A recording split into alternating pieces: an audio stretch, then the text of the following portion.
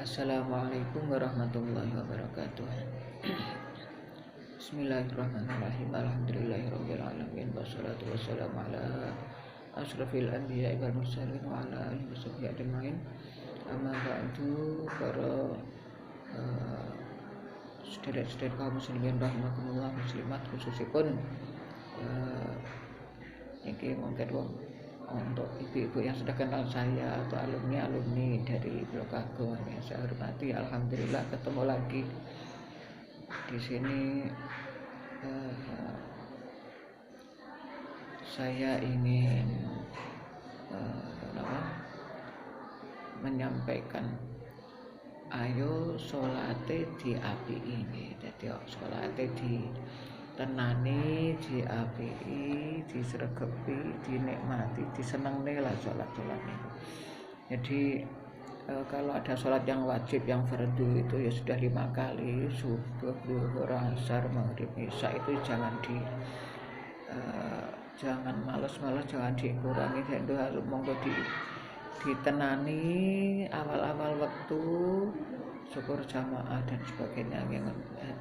Seharusnya ya jamaah ya ini. Jadi monggo ini jangan dianggap remeh. Soalnya ya kita sudah diberikan nikmat yang sedemikian banyak, sedemikian besar dari Allah. Masya Allah, masa kita perintah sholat 5 kali saja, misalnya kita ogah-ogahan itu kan ya jangan gak pantas sebagai hamba Allah. Jadi kalau wa'mur ahlaka bis-sholati wastabir 'alaiha la nas'aluka rizqan nahnu narzuquka dan seterusnya ya. Jadi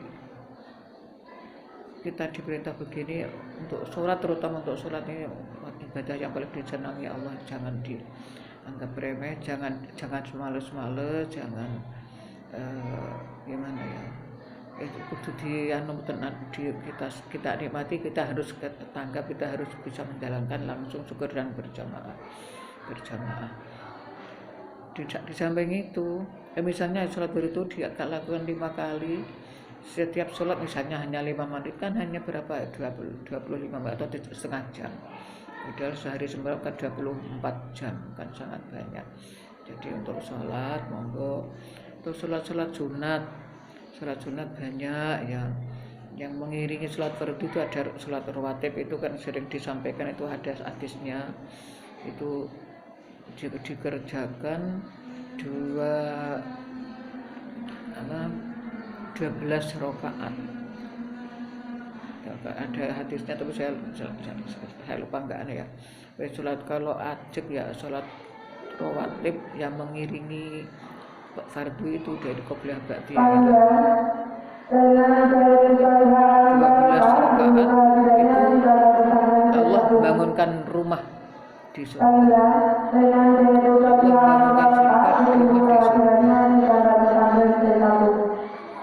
Jadi qobliyah subuh 2 rakaat itu lebih baik daripada dunia seisinya. Terus qobliyah zuhur 4 rakaat.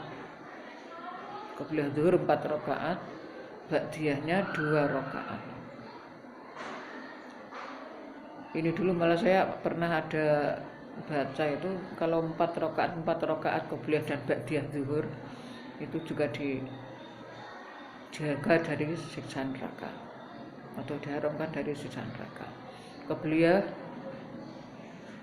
asar teman tidak termasuk ini, teman juga ada pahalanya. Jadi misalnya qobliyah asar mau menjalankan 4 rakaat, Allah merahmati.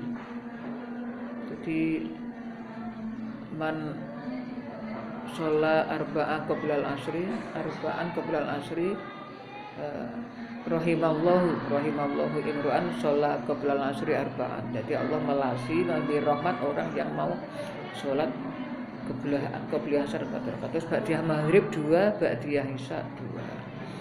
Ini jadi akhirnya tadi kalau sebelum subuh 2, qobliyah zuhur 4 dan ba'diyahnya 2, 6, 8, terus ba'diyah maghrib 2, ba'diyah isya 2, jadi 12. Kalau mau nambah qobliyah asar 4 monggo, ba'diyah zuhur 2, monggo ini sebetulnya begini-begini, mari ini kita nikmati, kita jalankan dengan sungguh-sungguh. Nah, para sahabat setelah Nabi menyampaikan itu langsung, saya mau menjalankan sampai akhir hayat insya Allah. Nah ini monggo kita begini-begini ini, kita sepele, mari kita mumpung masih diberi kesempatan, diberi umur, diberi waktu, diberi sehat, begini-begini ini kita jalankan. Jadi sholat sunat, biar kita itu, diri kita itu lebih dekat dengan Allah, lebih senang, lebih sebagai sholat itu kan ya ibadah yang paling disenangi Allah, maka monggo ini kita nikmati, kita jalankan dengan sebaik-baiknya, dengan istiqomah ya, serutin mungkin. Jadi sampai sholat sunat misalnya tahajudnya, duhanya dan sebagainya, begitu monggo ini biar kita itu lebih baik. Kalau ulama dulu bahaya syafaat itu tekannya kan dulu sholat malamnya itu mulai jam 1 teman-teman kan syafaat, atau setelah istirahatnya itu sholat. Bayangkan setiap malam sholatnya 500 rakaat itu, masya Allah. Jadi akhirnya ternyata ya bisa dirasakan, bisa dinikmati oleh para santrinya, keluarganya, dan makanya monggo kita kalau bisa sholat sunat itu harus kita ditelateni lah, kita lakoni tenanan. Terus sholat hajat, taubat, tasbih dan sebagainya, kersa langit apal banyak yang bisa dijalankan. Yang penting itu rawatib ya, jamaah fardunya, rawatibnya itu kalau bisa sedapat mungkin mari kita jalankan dengan sesungguh-sungguhnya. Nuruti males gak nek enteke, males rasa-rasa sing gak nek enteke, terus monggo kapan lagi kalau kita tidak ya saat-saat begini untuk bisa lebih dekat dengan Allah. Saya kira demikian yang bisa saya sampaikan, mudah-mudahan ada manfaatnya khususnya untuk saya dan kita semuanya. Bisa baik banyak masalah mau banyak sholat hajat, sholat apa gitu, biar kita terus itu dekat dengan Allah. Itu sedap dapat mungkin ya kita belajar untuk khusyuk ya sebelum sholat itu ya Qul a'udzu birabbin nas itu untuk mengusir setan-setan itu. Terus ilahi anta maqsudi wa ridwaka matlubi, ampuni mahabbataka wa ma'rifataka, itu kan dibaca sebelum sholat juga.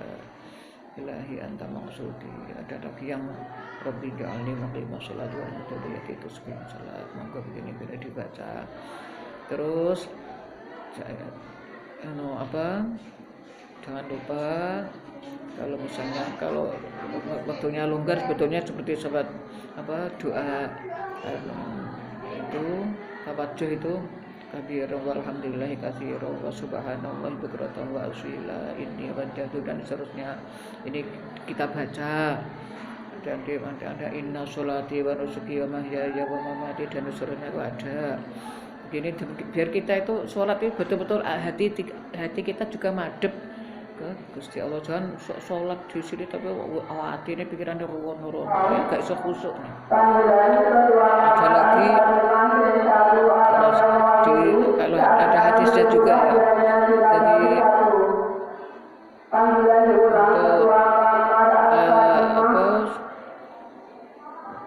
yang itu ada sebelum Fatihah itu setelah takbir kan ada juga